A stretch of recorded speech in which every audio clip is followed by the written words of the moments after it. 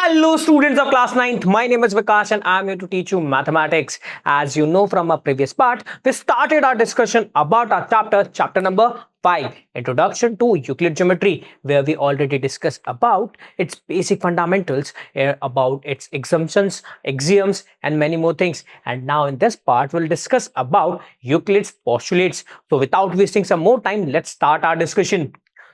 अब अगर देखा जाए तो यूक्लिड ने कुछ पोस्टुलेट्स किए थे, यानी कुछ ऐसे स्टेटमेंट्स दिए थे जो स्पेसिफिकली लिंक थे किससे, ज्योमेट्री से। तो देखा जाए तो यूक्लिड ने ऐसे बहुत सारे पोस्टुलेट्स लिए थे। उनमें से पहला पोस्टुलेट जो मेरे पास में है क्या है कि एक स्ट्रेट लाइन क्या कि किन्हीं भी दो पॉइंट्स के बिटवीन किन्हीं भी दो पॉइंट्स के बिटवीन एक स्ट्रेट लाइन फॉर्म हो सकती है। क्या कहा यूक्लिड का पहला पोस्टुलेट क्या था कि अ स्ट्रेट लाइन में be drawn from any one point two another point, यानी कि किन्हीं भी दो पॉइंट, या मैं बोलूं किसी भी एक पॉइंट से दूसरे पॉइंट के रेफरेंस में, एक पॉइंट से दूसरे पॉइंट के रेफरेंस में एक स्ट्रेट लाइन ड्रॉ करी जा सकती है। इन्होंने ये पहला स्टेटमेंट दिया था। और अगर देखा जाए तो इसी स्टेटमेंट से हमने क्या करा, एक और स्टेटमेंट ड्राइव किया, क्या कि किन्हीं भी दो डिफरेंट पॉइंट्स के बिटवीन, क्या कि किन्हीं भी दो डिफरेंट पॉइंट्स के बिटवीन, यानी देखो क्या मान लेते हैं ये है एक पॉइंट, ये है बी पॉइंट, ये दोनों पॉइंट क्या है, अलग अलग पॉइंट हैं। तो हमें पता है सर किसी भी एक पॉइंट से infinite number of lines draw की जा सकती है, यस या नो। सिमिलरली बी से भी इनफाइनाइट नंबर ऑफ लाइंस क्या कर सकते हैं, ड्रॉ कर सकते हैं, यस या नो। बट हमें क्या कह रहा था यूक्लिड का पोस्टुलेट कि किन्हीं भी दो डिफरेंट पॉइंट्स के बिटवीन केवल एक स्ट्रेट लाइन एग्जिस्ट करती है। क्या कि किन्हीं भी दो डिस्टिंक्ट पॉइंट्स के बिटवीन जो भी स्ट्रेट लाइन होगी वो कैसी होगी, यूनिक होगी, यानी कि दो डिफरेंट पॉइंट्स के बिटवीन एक स्ट्रेट लाइन ही एग्जिस्ट करती है, यस या नो। ये हमें क्या कहा था, एक यूक्लिड के पोस्टुलेट से हमने स्टेटमेंट ड्राइव किया था कि किन्हीं भी दो डिस्टिंक्ट पॉइंट्स के बिटवीन जो भी एक लाइन क्या करेगी, उन दोनों को पास थ्रू करेगी, यानी दोनों पॉइंट्स को जो टच करेगी वो कैसी होगी, यूनिक होगी। यानी कि हमारे पास में दो डिफरेंट पॉइंट्स को पास थ्रू करने वाली लाइन, या मैं बोलूं दो डिफरेंट पॉइंट्स को पास थ्रू करने वाली स्ट्रेट लाइन केवल एक, या मैं कहूं यूनिक होती है।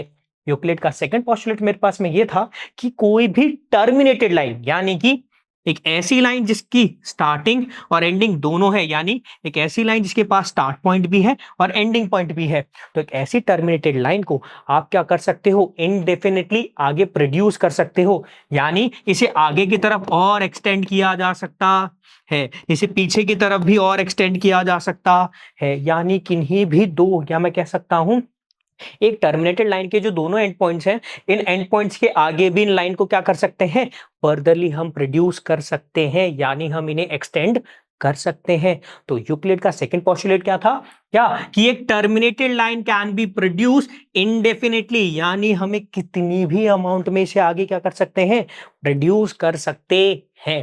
क्या ये बात समझ में आई? चलते हैं नेक्स्ट पोस्टुलेट पे।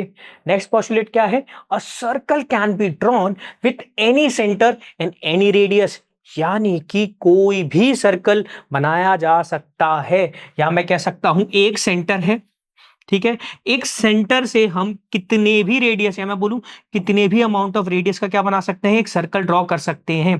किसी भी एक पॉइंट से आप कितने भी बड़े रेडियस का क्या बना सकते हो, एक सर्कल ड्रॉ कर सकते हो, यस या नो। क्लियर है? आगे चलते हैं नेक्स्ट पोस्टुलेट्स पे। पोस्टुलेट नंबर 4 क्या है, all right angles are equal to each other, यानी हम कह रहे हैं, मान लेते हैं एक राइट एंगल है हमारे पास में ए बी सी, जहां पे क्या बी पॉइंट पे 90 डिग्री एंगल फॉर्म हो रहा है। सिमिलरली एक और राइट एंगल है मेरे पास में पी क्यू आर, जहां पे क्यू पे कितना एंगल बन रहा है, 90 डिग्री, यस या नो। तो देखा जाए एबीसी भी एक राइट एंगल है, पीक्यूआर भी एक राइट एंगल है, तो बताओ एबीसी की एंगल एबीसी की वैल्यू कितनी है, बोला सर एबीसी एंगल की वैल्यू है 90 डिग्री, और एंगल पीक्यूआर की वैल्यू भी कितनी है, 90 डिग्री। तो देखो एबीसी भी 90 के इक्वल है, पीक्यूआर भी 90 के इक्वल है, यानी क्या कह सकता हूं मैं, बोला सर एबीसी और पीक्यूआर दोनों कैसे हैं, बराबर होंगे, यस या नो। तो हम क्या कह सकते हैं, अगर इस लॉजिक से देखा जाए तो आप कोई भी राइट एंगल बनाओ, कितने भी राइट एंगल बनाओ, वो सारे के सारे अमाउंट के अंदर या मैं बोलूं वैल्यू के अंदर सब होंगे तो 90 डिग्री ही, यानी कि सारे के सारे राइट एंगल एक दूसरे के इक्वल होते हैं। बात समझ में आई? यानी जितने भी राइट एंगल्स हैं उन सभी की जो वैल्यू है तो 90 डिग्री ही, यानी सारे के सारे राइट एंगल्स इक्वल अमाउंट यानी 90 डिग्री की वैल्यू ही सस्टेन रखते हैं। क्लियर है? अगले चलते हैं नेक्स्ट पोस्टुलेट पे, जो कि है पोस्टुलेट नंबर 5। पोस्टुलेट नंबर 5 क्या कह रहा है कि क्या हमारे पास कोई क्या है, एक स्ट्रेट लाइन है जो किन्हीं दो स्ट्रेट लाइंस पे क्या करती हैं, कुछ इंटीरियर एंगल्स को क्या करती हैं, फॉर्म करती हैं। और जिस मैं कह रहा हूं जो इंटीरियर एंगल सेम साइड पे ड्रॉ होते हैं, अगर वो क्या है उन दोनों को अगर कंसीडर किया जाए और वो क्या है दो राइट एंगल से क्या है कम होते हैं, तो उस केस के अंदर जो ये दोनों एंगल्स को आगे इनडेफिनेटली प्रोड्यूस करते हैं, तो ये जिस पॉइंट पे मिलते हैं ना, तो उनका भी जो टोटल सम होगा वो भी क्या होगा, less than two right angles के इक्वल होगा।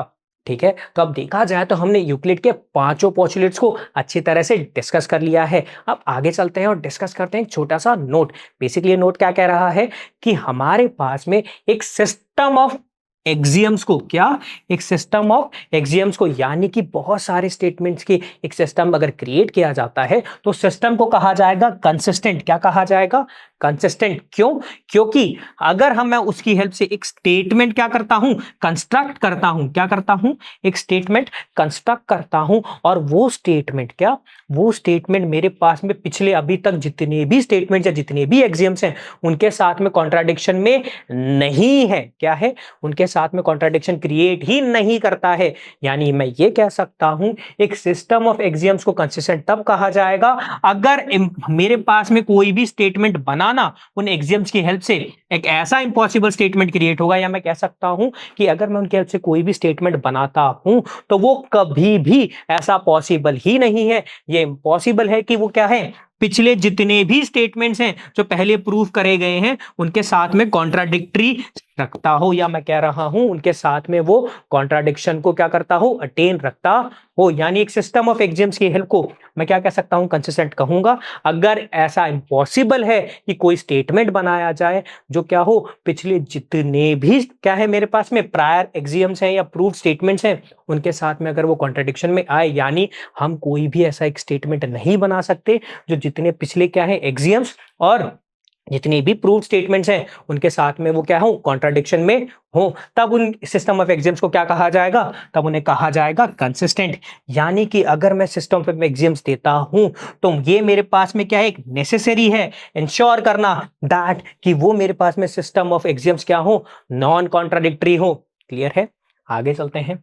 अब बात करते हैं एग्जाम्पल 1 की। एग्जाम्पल 1 क्या कह रहा है कि मेरे पास में एक लाइन है ABC, ठीक है, जहां पे B लाई करता है किसमें, AC के बिटवीन, यस या नो, सच दैट क्या मुझे प्रूफ करना है कि AB plus BC is equal to किसके हो, AC के इक्वल हो। क्या? AB plus BC is equal to किसके हो, BC के इक्वल हो। ठीक है, जरा करते हैं इसको। अब देखा जाए तो देखो, देखा जाए तो मुझे क्या प्रूफ करना है, A B plus B C is equal to A C, yes या नो। अब देखा जाए तो लाइन कुछ इस तरह से है, ये मेरे पास में ए पॉइंट है, ये मेरे पास में सी पॉइंट है, इनके बिटवीन कौन है, बी, यस या नो। अब अगर ढंग से देखा जाए तो मुझे यूक्लिड का एक एक्सियम याद आ रहा है, क्या,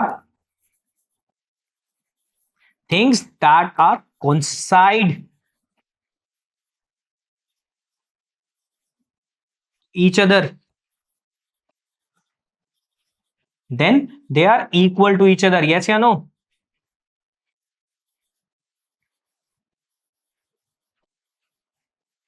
equal to each other, yes या नो। अब अगर देखा जाए कोई भी चीज अब क्या हो, एक के ऊपर एक हो, यानी देखा जाए तो उनकी जो टोटल वैल्यू होगी वो क्या होगी, इसी के पार्ट की इक्वल होगी। यानी देखा जाए जब मैं ए और बी को ऐड करूं, यानी डिस्टेंस ए से बी की और बी से सी की, तो ओवरऑल डिस्टेंस क्या हो जाएगी, ए से सी की डिस्टेंस ही तो होगी, यस या नो। क्लियर है? यानी देखा जाए तो मैं इस एक्सियम की हेल्प से इसे प्रूव कर सकता हूं, यानी ये स्टेटमेंट क्या हो जाएगा मेरे पास में, एक ट्रू स्टेटमेंट हो जाएगा। क्लियर है? आगे चलते हैं। नेक्स्ट क्या है, prove that an equilateral triangle can be constructed on any given from any line segment, yes या नो। अगर देखा जाए मुझे क्या कह रहा है कि कोई भी एक लाइन सेगमेंट है, यानी एक टर्मिनेटेड लाइन है, और इस टर्मिनेटेड लाइन की हेल्प से, इस टर्मिनेटेड लाइन की हेल्प से क्या एक इक्विलेटरल ट्रायंगल कंस्ट्रक्ट किया जा सकता है, मुझे ये कह रहे हैं। जरा करें तो देखो, कंसिडर करते हैं मेरे पास में एक लाइन है, ठीक है, ए बी, ठीक है। मान लेते हैं ए बी की मेरे पास में लेंथ कुछ भी है, मान लेते हैं ए बी की डिस्टेंस मेरे पास में, या ए से बी की जो डिस्टेंस है मान लेते हैं वो है 7 सेंटीमीटर। तो अब मुझे क्या है, एक क्या करना, कंस्ट्रक्ट करना है, मुझे इक्विलेटरल ट्रायंगल क्या करना है, कंस्ट्रक्ट करना है। तो कैसे करेंगे, हम कंसीडर करेंगे पहले ए को एज ए कंसीडर करके चलते हैं, क्या ए को हम कंसीडर करके चलते हैं as a centre of a circle, yes या नो। अगर देखा जाए क्या, ए को अगर as a centre of circle consider करें तो हमें पता है इक्विलेट के पोस्टुलेट से क्या, कि किसी भी एक सेंटर ऑफ सर्कल से कितने भी बड़े रेडियस का आप क्या बना सकते हो, एक सर्कल ड्रॉ कर सकते हो। तो मैं कंसीडर कर रहा हूं ए को as a centre of circle, और ए से बी की जो डिस्टेंस है, ए से लेके बी की जो डिस्टेंस है, इस डिस्टेंस को मैं मान रहा हूं क्या है, इस ए पॉइंट जो है, ए जो मेरे पास में सेंटर ऑफ सर्कल है ना, उसकी रेडियस है। यानी यहां से अगर मैं एक सर्कल ड्रॉ करूं, मैं केवल एक आर्क ड्रॉ कर रहा हूं, कंप्लीट सर्कल बनेगा तो देखो कंप्लीट तो वैसे सर्कल ही बनेगा, पर मैं ड्रॉ नहीं कर रहा। सिमिलरली अगर मैं बी को क्या कंसीडर करूं, सेंटर ऑफ सर्कल, दोबारा मैं बी से ए को अगर रेडियस कंसीडर करूं और बी को as a centre of circle consider करूं, तो अब यहां से अगर एक सर्कल ड्रॉ होगा, ठीक है। अब अगर देखा जाए मैंने बी से भी कट करा, और देखा जाए ये दोनों जो मैंने ड्रॉ करे ना आर्क की, एक पॉइंट पे मिलेंगे, ऐसा है ना। और हमें पता है सर, जब भी किन्हीं भी दो पॉइंट के बिटवीन एक आप स्ट्रेट लाइन ड्रॉ कर सकते हो, यहां से भी स्ट्रेट लाइन ड्रॉ कर सकते हो। जिस देखा जाए बी, मैं देखो ए को अगर सेंटर ऑफ सर्कल माना जाए, और अगर मैं सर्कल के रेफरेंस में किसी भी सर्कमफेरेंस पॉइंट पे जाऊं, यानी देखो ये सर्कल का सेंटर है, इस सर्कल के सेंटर से आप सर्कल के किसी भी सर्कमफेरेंस को टच करो, वो क्या होगी, रेडियस ही तो होगी। तो देखो अगर मैं इस पॉइंट को सी नाम दे दूं, क्या नाम दे दूं, सी। देखो ए से सी, ये क्या है, सेंटर ऑफ सर्कल से क्या है, सर्कमफेरेंस की डिस्टेंस ही तो है, तो ये रेडियस ही तो हुई। और अगर देखा जाए सेम बात बी के लिए भी तो है, बी भी क्या है, सेंटर ऑफ सर्कल है, और क्या है, सी इसके लिए क्या है, सी वो पॉइंट है जहां पे क्या है, मीट हो रहे हैं। यानी देखा जाए तो बीसी भी रेडियस ही है। सिंस दोनों की वैल्यू है, मैं बोलूं ए और बी की डिस्टेंस कितनी है, 7 सेंटीमीटर, तो ए और सी अगर रेडियस है तो ये भी कितना होगा, 7 सेंटीमीटर, यस या नो। और बी और सी भी कितना होगा, बोला सर 7 सेंटीमीटर। सेम लॉजिक से तो अगर देखा जाए तो मैंने एक ए बी क्या था, मैंने एक लाइन बनाई थी जो 7 सेंटीमीटर की थी, और मैंने वहीं पे क्या कर दिया, एक और एक शेप कंस्ट्रक्ट कर दी जहां पे एसी की भी 7 सेंटीमीटर है और बीसी की भी 7 सेंटीमीटर एक डिस्टेंस है। यानी मैंने एक इक्विलेटरल ट्रायंगल बना दिया। क्यों, क्योंकि इक्विलेटरल ट्रायंगल ये कहता है कि तीनों साइड्स किसी भी ट्रायंगल की कैसी हो, इक्वल हो। क्या यहाँ पे तीनों साइड की लेंथ इक्वल है, बिल्कुल क्लियर है। क्या ये फंडामेंटल समझ में आया, आगे चलते हैं। आगे क्या है मेरे पास में, थ्योरम, थ्योरम 5.1। ये थ्योरम मुझे क्या कह रही है, इस थ्योरम का स्टेटमेंट जरा समझते हैं। क्या कह रही है कि two distinct lines can not have more than one common point. क्या, कि मेरे पास में दो क्या है, डिफरेंट लाइंस हैं, यस या नो। और इन दो डिफरेंट लाइंस के बिटवीन, क्या मान लेते हैं कि मेरे पास में दो डिफरेंट लाइंस हैं, और इन दो डिफरेंट लाइंस के बिटवीन केवल एक ही कॉमन पॉइंट होगा, एक से ज्यादा कॉमन पॉइंट एग्जिस्ट नहीं कर सकते हैं, यस या नो। तो जरा समझते हैं और इस थ्योरम को प्रूफ करते हैं। तो देखो स्टेटमेंट है, मुझे सवाल क्या कह रहा है, मुझे सवाल में प्रूफ ये करना है कि क्या, कि किन्हीं भी दो लाइंस है, मैं बोलूं कोई डिस्टिंक्ट लाइंस के बिटवीन क्या है, एक से ज्यादा कॉमन पॉइंट नहीं होना चाहिए। तो अगर देखा जाए, समझो मैंने माना कि एल और एम मेरे पास में क्या है, दो लाइंस हैं, यस या नो। अब अगर कंसीडर किया जाए, मैं कंसीडर करता हूं कि एल और एम को अगर मैं दो लाइंस ड्रॉ करता हूं, है ना, और इन दो लाइंस के रेफरेंस में मान लो एक एल लाइन है, एक एम लाइन है, ठीक है। अब ये दोनों क्या कर जाए, एक दूसरे से मीट करें, यानी इंटरसेक्ट करें। तो अब मेरे पास में क्या होगा, जब दो लाइंस आपस में क्या करें, मीट कर रही हैं, इंटरसेक्ट कर रही हैं, तो उस केस में देखा जाए तो मैंने कंसीडर किया कि ये क्या है, एल और M lines meet with each other at दो पॉइंट्स, मान लेते हैं हम, कंसीडर कर लेते हैं पी एंड क्यू, यस या नो। अब वेयर पी एंड क्यू क्या है, डिस्टिंक्ट पॉइंट्स हैं। क्यू क्या है, दोनों के दोनों कैसे हैं, आर डिस्टिंक्ट पॉइंट्स, यस या नो। अब अगर देखा जाए तो देखो ये दोनों लाइन क्या है, पी और क्यू पे मीट कर रही हैं, यानी पी और क्यू पॉइंट्स क्या है, पी और क्यू पॉइंट्स लाइन एल में भी हैं, और पी और क्यू जो दो मेरे पास में लाइन है वो इनसाइड एम लाइन में भी है, यस या नो। अगर ये एल लाइन में भी है, एम लाइन में भी है, और पी और क्यू कैसे हैं, डिस्टिंक्ट पॉइंट्स हैं, यानी अगर देखा जाए एल और एम मेरे पास में कैसी थी, स्ट्रेट लाइंस थी, और अगर देखा जाए तो पी और क्यू मेरे पास में ऐसे दो पॉइंट हो गए जहां पे मेरे पास में क्या हो गई, दो स्ट्रेट लाइंस हो गई। कितनी स्ट्रेट लाइन हो गई, दो स्ट्रेट लाइन हो गई बिटवीन टू पॉइंट्स। क्या ऐसा पॉसिबल है, नहीं। क्यों, क्योंकि हमने इक्विलेट का एक पोस्टुलेट पढ़ा था कि किन्हीं भी दो डिस्टिंक्ट पॉइंट्स के बिटवीन, किन्हीं भी दो डिस्टिंक्ट पॉइंट के बिटवीन केवल एक ही स्ट्रेट लाइन पास थ्रू हो सकती है, यानी एक ही लाइन पास थ्रू हो सकती है। तो अगर देखा जाए, अगर हमने अभी जो सिनॉप्सिस देखा, हमने जो लेट किया कि क्या, कि यहाँ पे दो पॉइंट्स हैं जो क्या है, डिफरेंट, मेरे पास दो लाइंस हैं, ये दोनों लाइन मीट करती हैं दो डिफरेंट पॉइंट्स पे, यस या नो, यानी इन दोनों लाइनों के बिटवीन दो कॉमन पॉइंट्स हैं। अगर देखा जाए तो इस लॉजिक से देखा जाए तो हमने जो लेट किया था वो लेट कैसा था, गलत था। क्यों, क्योंकि हमने जो अभी क्या कहा, एक्सियम कहा, या जो अभी हमने पहले जो स्टेटमेंट क्या करा था, लेट किया था, वो हमारे एक्सियम के साथ क्या हो रहा है, कॉन्ट्राडिक्ट हो रहा है। सिंस अगर वो हमारे एक्सियम के साथ कॉन्ट्राडिक्ट हो रहा है, यानी कि ये स्टेटमेंट क्या होगा, हमारे लिए गलत होगा। यानी कि किन्हीं भी दो पॉइंट्स के, यानी स्टेटमेंट कैसा होगा, गलत होगा। यानी कि क्या, कि किन्हीं भी दो डिफरेंट लाइन, मैं बोलूं डिस्टिंक्ट लाइंस के बिटवीन केवल ओनली वन कॉमन पॉइंट होगा, यस या नो, केवल और केवल एक ही कॉमन पॉइंट होगा। क्लियर है, क्या ये बात समझ में आई, यानी दो डिस्टिंक्ट लाइंस के बिटवीन केवल एक कॉमन पॉइंट एग्जिस्ट कर सकता है। क्या ये बात समझ में आई, ठीक है। सो इस पूरे पार्ट के अंदर हमने यूक्लिड के पोस्टुलेट्स के बारे में जाना, ये बात समझ में आई। और अगर मैं होप कर रहा हूं आपको यूक्लिड के पोस्टुलेट समझ में आए होंगे, तो कुछ असेसमेंट के क्वेश्चंस हो जाए।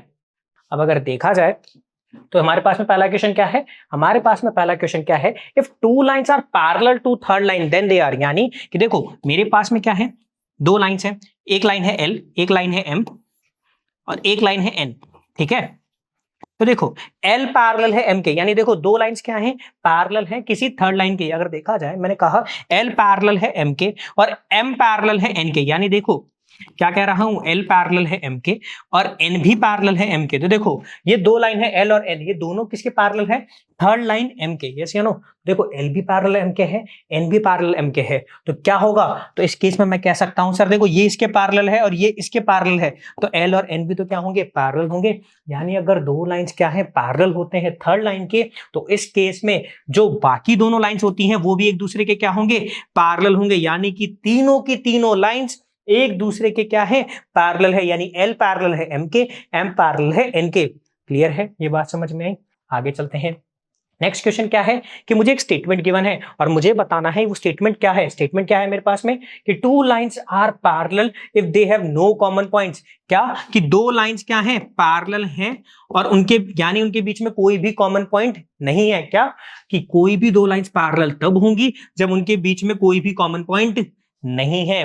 तो ये क्या है, ये एक पोस्टुलेट है, थ्योरम है, एक्सियम है या डेफिनेशन है। सिंस ये पोस्टुलेट नहीं है, थ्योरम नहीं है, एक्सियम नहीं है, क्यों, क्योंकि दो लाइंस पैरेलल तभी होंगी जब उनके बीच में कोई कॉमन पॉइंट ही नहीं है। तो ये क्या है, इसकी एक डेफिनेशन है। क्लियर है, आगे चलते हैं। स्टेटमेंट 3 क्या है, all right angles are equal to each other. क्या, कि मेरे पास में जितने भी राइट एंगल्स होते हैं वो सारे के सारे एक दूसरे के इक्वल होते हैं। कंसीडर करते हैं एक एग्जांपल के लिए, मान लेते हैं मेरे पास में दो राइट एंगल्स हैं, एंगल एबीसी, एंगल पीक्यूआर, और दोनों के दोनों कैसे हैं, राइट एंगल्स हैं। तो देखा जाए एंगल एबीसी की वैल्यू कितनी होगी, बोला सर एंगल एबीसी की वैल्यू 90 डिग्री है। सिमिलरली एंगल पीक्यूआर की वैल्यू भी कितनी होगी, 90 डिग्री है। कैसे है ना, तो देखा जाए दो राइट एंगल्स हैं और इनकी वैल्यू कितनी है, 90 डिग्री है। तो अगर आप देखो जितने भी राइट एंगल्स होंगे उन सभी की वैल्यू या उन सभी का अमाउंट 90 डिग्री ही तो होगा। यानी सारों की वैल्यू या जितने भी राइट एंगल्स हैं उन सभी की वैल्यू अगर 90 डिग्री है तो यानी वो सारे की सारे क्या होंगे। देखो एंगल एबीसी और पीक्यूआर दोनों की वैल्यू कितनी है, 90 डिग्री, यानी एंगल एबीसी और पीक्यूआर दोनों कैसे होंगे, इक्वल होंगे। तो देखो जब मैंने इस एग्जांपल में एबीसी और पीक्यूआर दो राइट एंगल बताए, तो अगर इनकी वैल्यू इक्वल है तो यानी मैंने इन दोनों एंगल को भी इक्वल कह दिया, तो सोचो जितने भी राइट एंगल्स होंगे उन सबकी वैल्यू भी तो 90 डिग्री होगी। यानी कि जितने भी राइट एंगल्स हैं वो सारे के सारे कैसे होंगे, एक दूसरे के इक्वल होंगे। यानी स्टेटमेंट कैसा है, ट्रू या फॉल्स, बोला सर ट्रू। क्या ये बात समझ में आई, ठीक है, so that's it for this particular part. और इस पार्ट में हमने यूक्लिड के पोस्टुलेट्स को अच्छी तरह समझ लिया, हमने चैप्टर के बेसिक फंडामेंटल कंसेप्ट्स को अच्छी तरह से जान लिया है। और अब नेक्स्ट पार्ट में हम हमारे एक्सरसाइज के क्वेश्चंस को अटेम्प्ट करेंगे। सो थैंक यू एंड जय हिंद।